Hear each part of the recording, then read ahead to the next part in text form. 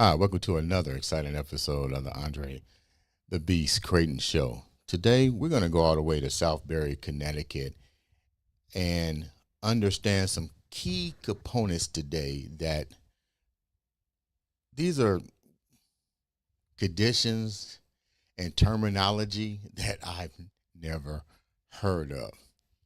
And today on the show, we're going to talk with a young lady that has suffered since COVID with this one particular topic.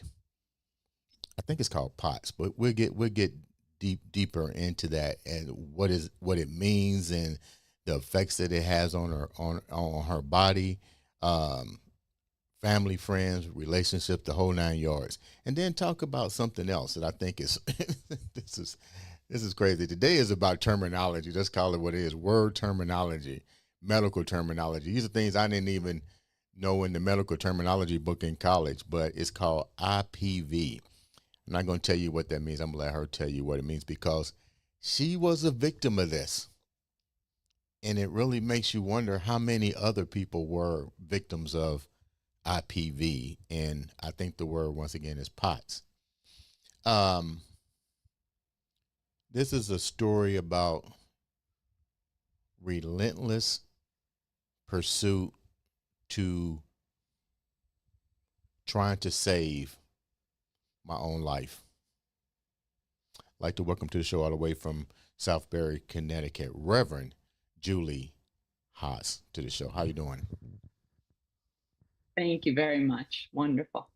Before we get into how the name Reverend came up, because that sure stood out. I'm like, when I saw the invite come, I was like, okay, what are you telling me here with the name Reverend?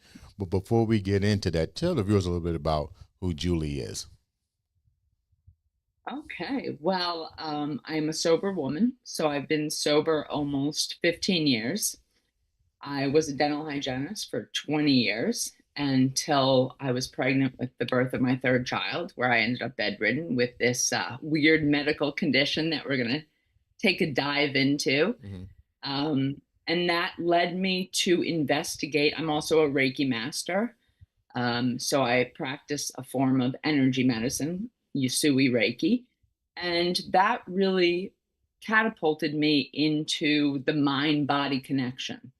Mm.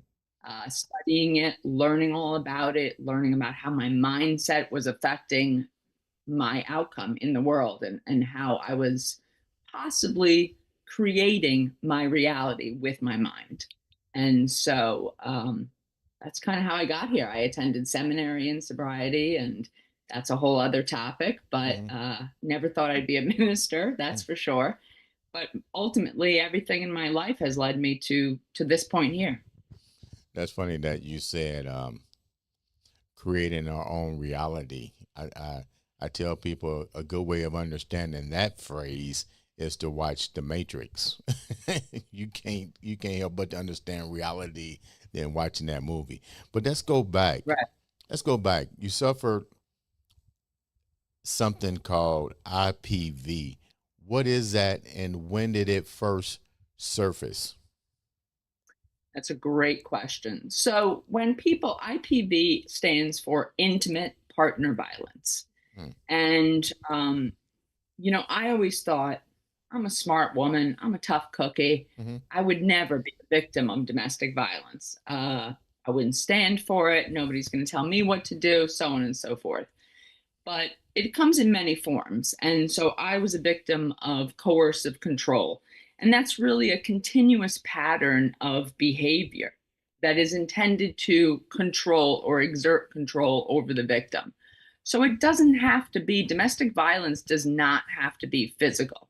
And in fact, all forms of domestic violence, even the physical, start with coercive control, which is this pattern of regulating your movement, your restricting your free will, so on and so forth. But it's also very subtle and kind of there's a lot of nuances to it. So a lot of times the victims, including myself, have no idea that it's actually happening. It's more of a form of psychological and emotional abuse. And I was not aware of it until I ended up in therapy. Uh, and it was kind of brought to my attention. And honestly, I don't think I recognized it because the red flags didn't really seem so red. Like I said, I'm a recovering alcoholic, and I grew up in a family that may not have had active alcoholism, but it's in our family tree. So there's still the patterns of behavior involved in alcoholism, Hmm. even though there may not be active drinking. Hmm. And so I missed a lot of the things. It's not that I missed it, but they seem normal. They seem normal Give me compared to my gi- childhood. give me an idea of, now that you've educated and it's been brought to light, the term IPV. What were some of the things that was used in the administration of this into your life? And then what was the red flags that now you look at and go, wow, because those red flags did seem normal because of you wasn't aware of what IPV was. Can you share that with us a little bit? Yeah, absolutely. So I guess one of the main ways was through guilt, through shame, Hmm. through fear, obligation, a lot of gaslighting, a lot of gaslighting. So there was a lot of confusion going on. Showing up as one thing, I love you. Of course, this is for your benefit. Let me trying to make my life easier is what it seemed like in the beginning, financially being there for me, doing things that maybe I would normally do for myself, where it's like, oh, wow, great. I can finally rely on someone. But it slowly became this trickle of where I was losing control in my own life, but it was under the guise of helping me or niceness or extreme jealousy, which I interpreted as love. God, he must love me so much. Hmm. He's so he doesn't want anyone else to look at me, to have me, to be with me, for me to go out in the world. So, and there was a lot of codependency on my part. Watching the women in my family enabling a sick family system where usually one person is in control. And for my family of origin, that was my father. That was the men in the family, essentially. What was that So like there's a lot growing of up in your family? You mentioned alcoholism. You Mhm. mentioned some form of addiction, no matter what it is, but you thought this was normal. But what was it like growing up in there? Because that's usually the blueprint to moving forward anyway. The things that you encounter on a more intimate and close base. What was that like in your household? Right. So, like I said, I never saw my family's European, French background. Alcohol was consumed, but not in excess by any means. We were taught to respect it.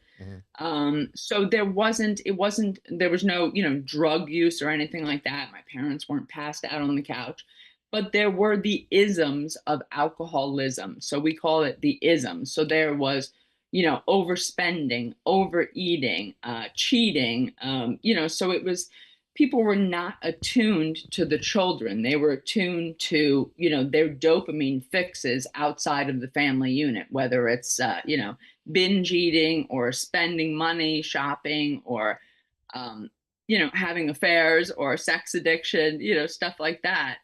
That was the focus of the caregivers. It wasn't on the child. The child was expected to meet the parents' needs. So it's like everything is in reverse. My parents weren't attuned to me. I was hyper attuned to them to stay safe. Give the viewers an idea of what that's like as a child to be in tune with dysfunction parents, because that's pretty much what that is. But what was that like as a child, if you can remember what that was like for you? Take us through some of those steps. Sure. Well, a lot of my memories were suppressed and repressed. So I did not have a lot of childhood memories. Hmm. I've since regained a lot of them through my trauma therapy that I've engaged in. But I always was very hyper attuned to, other people's emotions. So what we would call today an empath, really sensitive to like minute changes in someone else's behavior. And, for my whole adult life, I thought, oh, I'm so caring of other people, and I just like I care too much almost, but really, and to my own detriment. Over caring without boundaries is suicidal in a sense. Mhm. But I was not permitted to have healthy boundaries of my own thoughts, my own space in my house. So even little things like that, to where I couldn't close my bedroom door, I couldn't have a lock on it, I couldn't have my own thoughts, challenge anything that challenged the belief system of the family. I really had to be hyper attuned to what type of mood my family members were in so that I could stay safe. And so I could somehow keep the peace. I was very much the peacekeeper between my parents, and kind of like the family therapist in a sense. Mhm. And for my whole life, I thought, oh, well, I just had a really close relationship, with my dad, maybe, or because I was very close with my father more so than my mother. But it took me until my mother's death, really 2 years ago, to see that I was actually kind of pitted against my mother and triangulated to maintain the power so my father could maintain the power. And I didn't see that until honestly it happened in my own marriage. And I thought, Give me am an I ex- my mother now? give Is me an this ex- what's happening? give me an example. You said this happened into your own marriage. That's what I was talking about. Sometimes these breadcrumbs start here and we don't really see it. So how did you know that you was becoming like your mom in this is your first marriage, correct?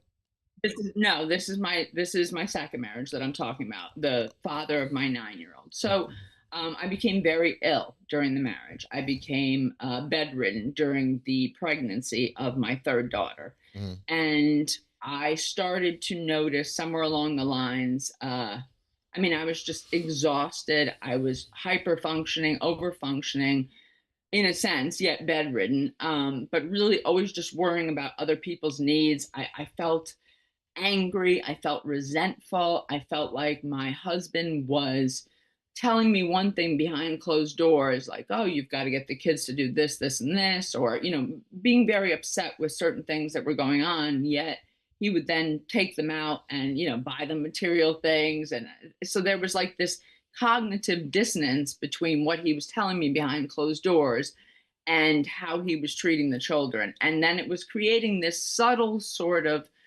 uh, I guess resentment between, myself and my children because, it was in a very guised form. So he would complain like, "Oh, you've got to, talk to your daughters about it or to your son or whatever about not being late and this and that." And I would stress out, "Oh my God," because I'd feel guilty because here this man is coming into my family unit and helping me raise these children. But then next thing you know, he's like rewarding them in some weird sense, and then it would create this weird triangulation where we were pitted against each other. It's a coercive control is a really difficult thing to explain. It Mm-hmm. is a very subtle form of, it's not direct like, oh, you should hate your mother, she's XYZ. It's in the form of statements like, oh God, it's too bad that mom can't XYZ, just planting seeds of doubt almost in the children, or seeds of like, oh, I know it's so hard when, mom is so angry. Meanwhile, the kids aren't seeing that I've just dealt with, 4 hours of questioning and a sleepless night, all because who knows, some perceived threat to the marriage or so on and so forth. So there was a lot going on behind the scenes, and then I would kind of show up in this frazzled state. I was exhausted, I was overwhelmed, I was frazzled, but yet no one's really understanding why I'm so frazzled. There's a lot of gaslighting going on, if you're familiar with that term. So there was a lot of mental confusion. And honestly, a lot of women that kind of emerge from these situations appear, quote, crazy. And that plays into the perpetrator's plan because that's how we show up. But really, it's nervous system dysregulation. Now, you talked about your second husband, but what part of these traits were going on during your first marriage? Because your kids are now from the oldest are 21 to 25. So that means you Right. had to been in that relationship for quite some time, because you went from your household into this marriage. What was that like, as far as the IPV and really trying to understand the whole purpose? Because I'm pretty sure this surfaced up here before it went to the second marriage. What was it like with the first marriage? Oh, sure. Well, there was no healthy, functional relationships prior to me, getting sober and doing all this work. And even in sobriety, you're patterned to, we're wired, so to speak, to recreate these dynamics from childhood, whether we want to look at it or not. And so I wouldn't say that there was intimate partner violence with that marriage, but we were both very active in our addiction and our alcoholism. So it was very dysfunctional. It was very mutually abusive. There is no open communication and healthy ways of relating when you're in active addiction. So there was a lot of neglect and so on and so forth of our own emotional needs, of our children's emotional needs, a lack of attunement to each other and to our children. And this is all um not to feel bad or guilty about it, but it's like you can't pass on what you were never given until you bring that awareness into your life and actively work to fix it. It's one thing to know something, but it's something else to be able to put it into action. And that's where this whole nervous system regulation came in. Did you? I mean, how can I put this? They sometimes say opposites attract when it comes to relationships, but when you hear stories of addiction, and it seems like that they attract each other. Was did that even a did his did he show signs of addictions? Because I don't know, and I'm glad you recovered. So I'm trying to ask so I can educate myself. How can two people with the same addiction problems flourish? Is what I'm trying to say. And then more importantly, how are you going to really be able to raise children constructively when either you don't realize you have an addiction problem, or you try to camouflage the addiction problem by saying I can handle it? And more importantly, do you do you both sit back and see the impact that you both are creating, not only for yourself as a couple, but what you're doing for the impact you're having on your kids, as well as the people that are around you? Yeah, those are great questions. Those are great questions. Well, first of all, everyone's got their own path and free will. So ideally, you want both people in recovery. It's not a question of just putting down the drink, it's a question of both people Mhm. being in recovery. It's impossible to raise children to not carry on the legacy of addiction unless you stop, address it, accept it, address it, come out of denial. And it is a family system. So, where there's one person in active addiction or two people in active addiction, there is also this whole family system that's built around that person that's in addiction Mhm. to enable them to stay safe. And it's very sick. And so, my ex-husband, his mother was an alcoholic. In my family, I did not see, like I said, my parents drink or drug, but they were involved in other ways of escaping. And that's really what it is, escaping reality, trying to numb the pain. But there was alcoholism in my grandparents. So I think it takes really, in order to flourish and to raise children to feel happy, confident, and safe and secure and not have any mental health issues, you're going to have to put down the drink or drug. And actually, it's more than that. It's going into a program. For me, it was the 12 steps to actively change your belief system and your patterns and dysfunctional ways of relating. What was your belief Because, system? What was your belief system? oh, what was my belief system? Because clearly you seen you had to grow up and be put in the position in your household to grow up and to take care of your parents. You kind of seen the blueprint of what they were doing, the COVID operations to numb pain, whether it was through alcohol leading to infidelity, to this, to that, and other. But the bottom line is, what was your pain? What was and what were you afraid of? What were you afraid of? Everything. Quite simply, everything. I remember a deep sense of fear as a child because there was a lot of chaos. There was a lot of, my parents were very social. So I always thought, oh, my parents are very social. We had a lot of parties, they had a lot of dinner parties, and there was a lot of travel. I traveled throughout Europe. My parents were in the fashion industry. So I was, often an adult a child in an adult's world. And I was deeply lonely. There was no one who was attuned to me. And by attuned, I mean who actually held space, who looked me eye to eye, gave me eye contact and said, "You're okay," and filled me with confidence and a sense of belonging. Instead, I felt I was scapegoated a lot as a child.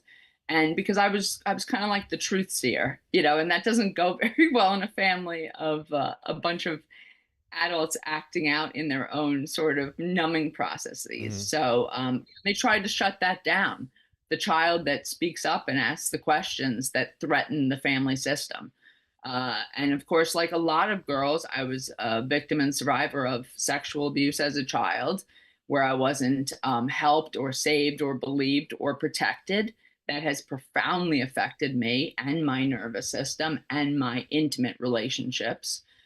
So it was a very painful, lonely childhood. Was the encounter sexually, was it with somebody that you knew, and how old were you? It was with someone that I knew, and then it was with someone that I did not know. It was all before the age of 12 and under. Um, and it was actually someone who was it was a family friend a family friend that I called my uncle, even though he wasn't my uncle. His daughter was my best friend growing up, and they were very, very, very religious. My family was not religious, but that had a profound effect on my connection to God and a higher power for my whole adult life. You said you shared these things as a child with your family members. Well, how was it met with? Um, there was a lack of belief and insinuation that I was lying. I was not removed from a situation. Another incident took place at camp when I was a child and sent up to camp in Canada, and I was not taken out of the camp when I reported it. In fact, I was left there for several weeks following, and so I kind of had to dig my heels in and stop showering and stop bathing and brushing my teeth so I could get my parents' attention so that they would take me home. And that's a desperate, desperate attempt to be saved from a very unsafe, scary situation as a 12-year-old. I'm deeply sorry that happened. I'm even more um, disappointed that your parents questioned you, not not only during the first time but multiple times, and you was put back in that environment. Do you think it was because, did your parents trust this perpetrator that much, or was it the fact that the perpetrator used religion as an scapegoat to amplify his predatorial actions? I don't think that the religious piece facilitated it from my parents' standpoint because Mhm. they are not religious. So that really had nothing to do with it for them. For me as a child, it was very deeply confusing Mhm. um, because that was my first experience with organized religion. And it was all under this kind of shame, fear, obligation, and guilt. Mhm. What would a good Christian do, and so on and so forth. So I think I can't speak for my parents. I don't know what the situation was as far as that, but I know that there's a thick layer. I can only imagine that because they never had parents that were attuned to them and they grew up in dysfunction where there was abuse and neglect and trauma. And that's this generational legacy of trauma that we inherit from generations. So they didn't have the wiring, the neurological wiring to save me and to meet me where I was at because they had not had it done for them. They had experienced the same thing. So there's this sense of, normalcy. Like, It's almost like the roller pigeon theory as it comes to relating to what you've just gone through, genetic hardwiring. Let's move forward a little bit here. When did you decide? What was the final? You wind up getting married to your first husband, and you seeing. Well, I don't even know if you're seeing it yet, but what was the final straw that made you walk away from that relationship? I got sober. I got sober. Mm-hmm. And you get sober, and one person decides to get sober, and the other person doesn't, and it's kind of a Did no-brainer. did you I had share? to leave to save Did my you life. did you share with your partner that you? How did you bring it to your partner that you was on the road, that you wanted to seek treatment? How was it met with when you shared that with your first husband? I think he was supportive at the time because Mhm. I think I was more engaged in I was further along in the addictive process than he was at the time. So I think he was supportive, but ultimately, while I was in rehab, he was still actively drinking. When I came home, he was still actively drinking, and it wasn't something that he wanted to give up because he didn't think really he had a problem or whatever the reason is. I can't really speak to that because it was a long time ago, but it boils down to he did not want to stop, and I could not be in an environment where someone that I drank with, was going to continue and I was going to be in that same home environment with alcohol. It just was impossible to stay sober. How was it affecting your children at the time? And how did they? When did you acknowledge to them that you, or did you acknowledge to them that you was going to go get help for what was going on? What was that kind of Yeah. bond between you two?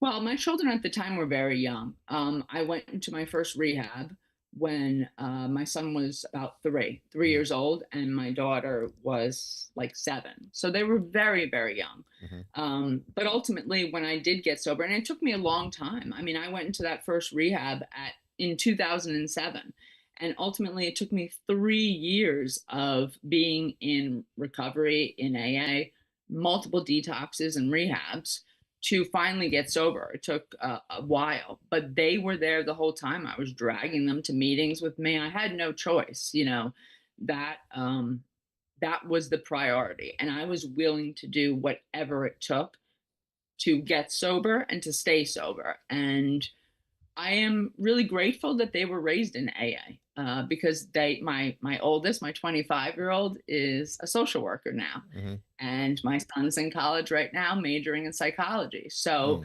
Mm. I'm trying to stop that generational pattern of trauma, of addiction, and Well, say, hey, it stops with me, and I'm very upfront and open with my children about that. you said that it took you 3 years of trials and tribulations. So I take it there were moments that you, what they call it, maybe fell off the wagon or whatever they say. What do you think made you fall off the wagon? Because you went there for help, and my hats off to you for doing that. To recognize and put action behind the problem is deserves some congratulations.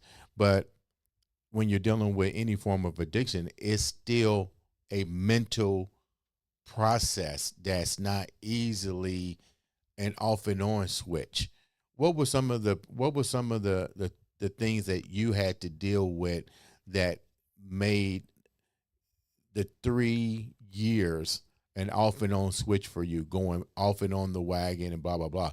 I'm thinking, I'm thinking now, I'm thinking that maybe you changed that part of the narrative by seeking treatment, but I think the handicap was you was probably still trying to change somebody else that wasn't ready to be changed, or more or less keep the household together, because of the intuitive nature of caring.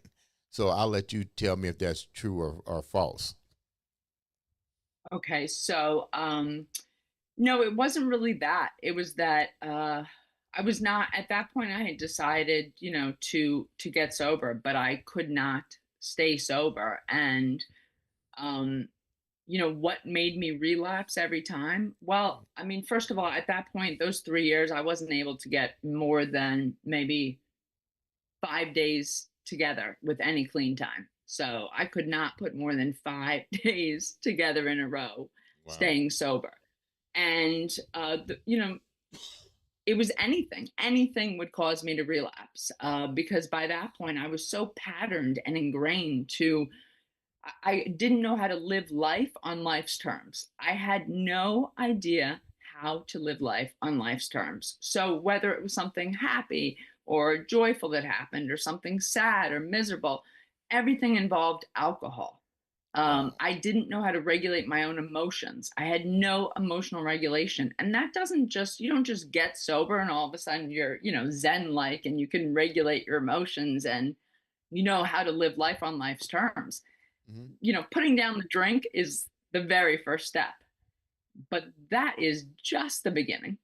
Wow. Just the beginning. And 14, almost 15 years into sobriety now, I still feel like a beginner. Really? So, Yeah. congratulations on the 15 years of sobriety. I know that, um, just looking at your story, that's been a journey. So let's move forward a little bit. So then you wind up uh, remarrying, um, the birth of your third child. Then all of a sudden, COVID happens. Did you catch COVID? First of all, did you have? So you caught COVID. I take it in order to get to this next phase that we're talking about, and I think that the illness is called. Did I get it right? Is it POTS? Did I say it right? It's called POTS, which stands for postural orthostatic tachycardia syndrome. It's a form of dysautonomia, which means a dysregulation of your autonomic nervous system. And I just want to stress that for me, I didn't get dysautonomia or POTS during COVID, but a lot of people did. They ended up with long COVID or POTS after COVID. And that for me was extremely exciting because it brought awareness to my form of dysautonomia that I have. So before COVID, people had really never heard of POTS. Mm. It took me years to get a diagnosis, but I was having these weird symptoms that were multi-systemic. So I was having a lot of neurological symptoms. I was having a lot of cardiac symptoms. I was having a lot of GI symptoms. So it was throughout my body. And the problem is that being a woman, going to doctors, different doctors. I've got these issues. I've got, cognitive problems. I've got dizziness and vertigo. I've got something's going on with my heart. Oh my God, my stomach. I can't eat. If it's multi-systemic, meaning it involves, different systems of the body, that is going to make you more likely to get a diagnosis of, hypochondria or, mental health disorder rather than doctors realizing that it's actually a disorder that involves the vagus nerve. And the Hmm. vagus nerve is the longest nerve running from our mouth all the way down to our genitals. And so everything along the vagus nerve is affected. And that's why there's so many different symptoms. But a lot of people waste time going to different doctors, different specialists, treating the symptoms, not realizing that it's on the vagus nerve. This is all vagus nerve related. And now, in the field of trauma and addiction, especially trauma, we're really seeing this huge awareness now with neurology and the nervous system and how it affects us and the vagus nerve, and realizing that a lot of mental health states, depression, anxiety, they're just dysregulated states of our nervous system, chronic pain, so on and so forth. So POTS is actually very, very common, but until COVID, no one had ever heard of it. How in the heck did you even know Mm. which doctors to even go to, and why did it take so long to get the right diagnosis? That is a great question. So thank God, I love science. I love science. Like I said, I was a dental hygienist for over 20 years. So I was very science based. I wasn't into this kind of, woo woo spiritual stuff. Hmm. And I was very, very, very sick. And I started to research my own symptoms because I could not get a diagnosis. And honestly, it was as simple as plugging into a Google search, I only feel good laying down, because there was something so specific that was happening. As soon as I sat up, stood up, I felt violently ill. My stomach would cramp up. All the symptoms would present itself. Hmm. My heart was making all these, feeling terrible. And then as soon as I would lay down, it was like this instantaneous relief. And that I Googled that, and POTS came up. And I started to read about POTS, and I said, oh my God, this is what I've got. I know it. This is to a T. People were describing exactly what I felt like. So I asked my doctor at that time, this is what I think I have. And she led me to a doctor in Bridgeport who is a cardiac electrophysiologist, I believe. He did a tilt table test. So they strap you to a table and they slowly bring that table from a horizontal position up to a vertical, and they're measuring your heart rate and your blood pressure. And that's what got me my diagnosis, which was great, but that didn't mean that there was anyone around that knew how to fix it. I was getting ready to And ask so you, I how did they fix it? Right. So that took multiple trips out to Cleveland Clinic in Ohio, Hmm. which is like Mayo Clinic, an amazing, amazing, amazing facility I've where been there are there. Yeah. doctors who are taking into account, all these different symptoms and putting the pieces together. So they're not just working on, their one system, the nervous system, neurological, or, Hmm. GI, but they're looking at everything that's going on. And I did a whole cardiac rehabilitation program, which they do for astronauts when they've been up in space and they've been not, involved with gravity, and they come back to Earth, and all of a sudden their bodies have a hard time adjusting to the gravity. And so I had to start with this little peddler, like old people use, when you're bedridden. And it was this portable peddler. And I did recumbent exercises where my sympathetic nervous system wasn't engaged. And then I slowly moved to upright exercises, but it was a whole cardiac rehabilitation program. And that was really just the beginning. That kind of enabled me to walk again and stand for prolonged periods of time. Um, but it's been a journey. It's really been a journey.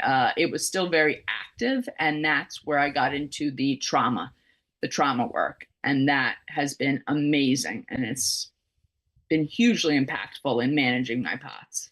You mentioned all this rehab was done at the Cleveland Clinic in Cleveland, Ohio. Um, Yes. yeah, I was treated with a heart when my first case of angina was diagnosed at the Cleveland Clinic in Cleveland, Ohio. A great group of cardiovascular specialists. They are my hats off to them. They're really good. But my question is, how many people have actually been diagnosed with this? Did they share any data with you? Like, you can't be the only one. We mentioned the astronauts, but how many other people probably walk around with this and with these symptoms and have no idea um, that it's something as simple as what you said, the Venus um, um, pathway? Vagus nerve. Yeah, the vagus nerve. Yeah. Yeah. Exactly.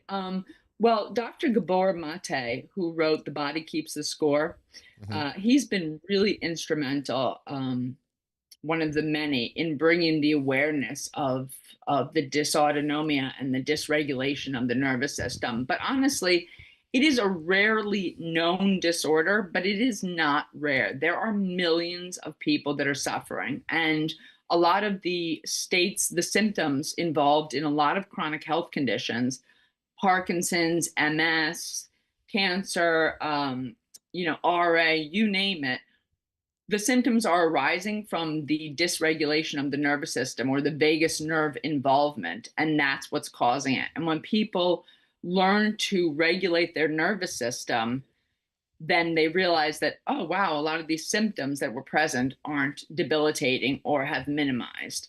So it's becoming more and more aware, in the general public. It's not only astronauts, that's for sure. It is showing up in all different states.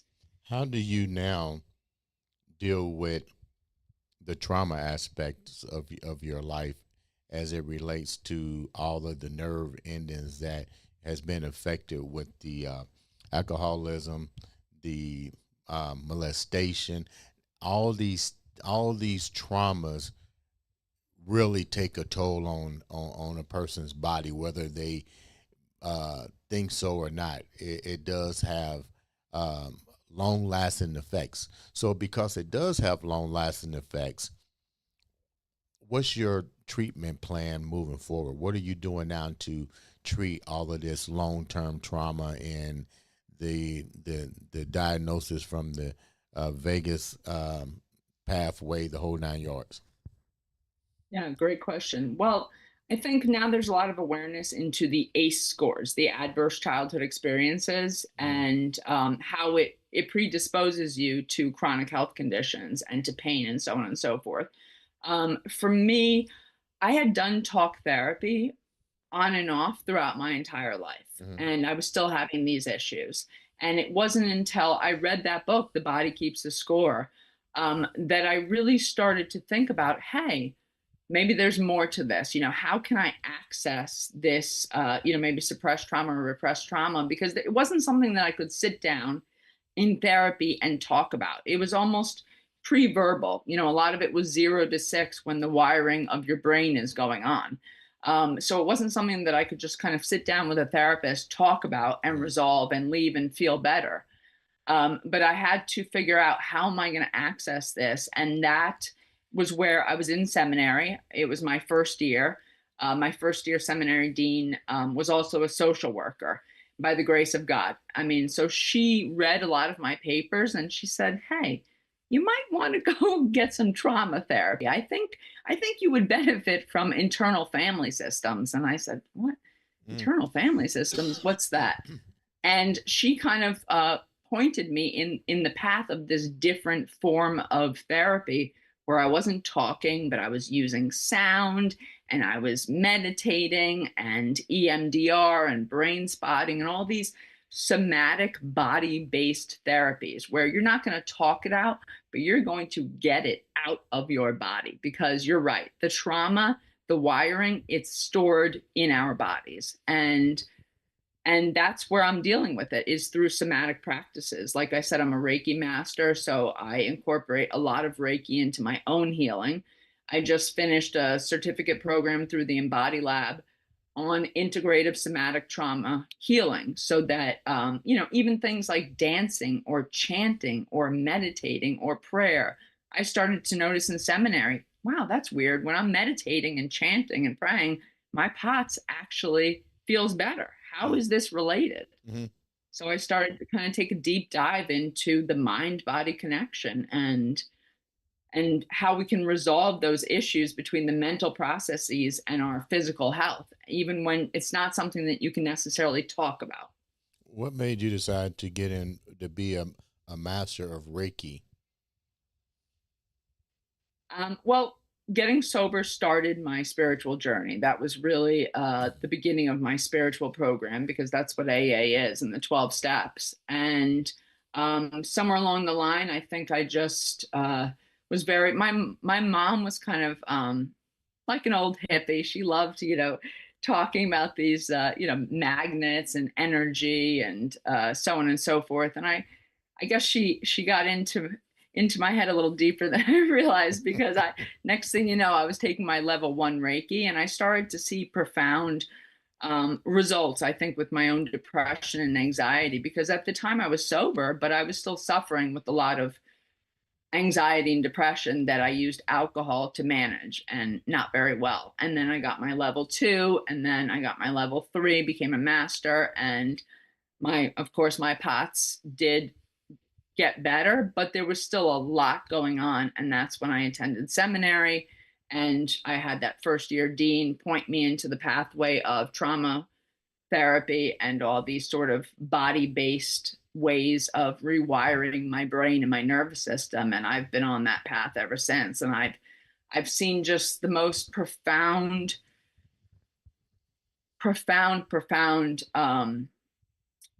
effects of this work for myself and for the clients that I deal with. I deal with a lot of women, mostly women, in recovery, whether they're recovering from addiction or unhealthy relationships or unhealthy patterns with food, shopping, men, whatever. You know, they're using stuff to numb. It seems as if a lot of what are you finding the same stories with the people that you're working with? Because I always tell people we're all connected. So if we're all connected, the stories, the trauma, the trials, the tribulations is only going to be less than a sugar cube away from the connection, which means out of all of that, we all have that connection. You're teaching the art of energetic healing, but during the same process, you're hearing stories. How similar are everybody's stories to one another in their trauma journey? I mean, the facts of the stories and the specifics may be different, but ultimately they're all the same stories. And they're really just other people that want to be seen and heard. You know, everyone wants to be seen and heard.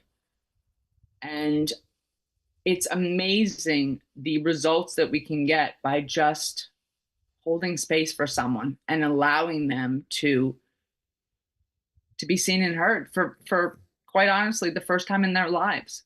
Mm. I'm gonna close this out by allowing you to share with the viewers what should your message be? What message are you trying to deliver to the audience? Because your road is definitely a beast mindset. I mean, you know, from dealing with IPV to dealing with POTS, the beautiful journey of recovery, and then the spiritual universal enlightenment of your life and helping others. What's your end game message to the viewers? It's a great question. Well, I really want to offer hope. I think hope, hold on, pain ends. Such a Man, great acronym for that word. Because that's what it starts with. You know, if you don't have hope, forget it. right. So it's like if you could just have a mustard seed worth of hope, then that is the doorway that will open, and watch how your life can change, because none of us are stuck. Mm-hmm. None of us are stuck where we are. It's And we all have a profound ability to heal. Our right. bodies know how to heal. Greek mythology put it pretty simple. When the box was opened, the entities put one last thing in that box, and it was called hope. And definitely, you're definitely giving people that inspiration. How can the viewers reach out to you, learn more about what you do, and more importantly, bring the message of hope to you and hope that they can collaborate to get to where you're at? Great. Well, I do offer online coaching sessions and in person. I'm available at faithfullydriven.com, and they can look me up there. I'm also on Instagram at Faithfully Driven Life, or on Facebook. And yeah. Julie, thank you so much for taking time out to come and share such a beautiful story. Ladies and gentlemen, make sure you subscribe, follow, support her. All it takes is one click to make you connected to one person that can change your life. Ladies and gentlemen, this has been another exciting episode of Andre the Beast Crayton Show.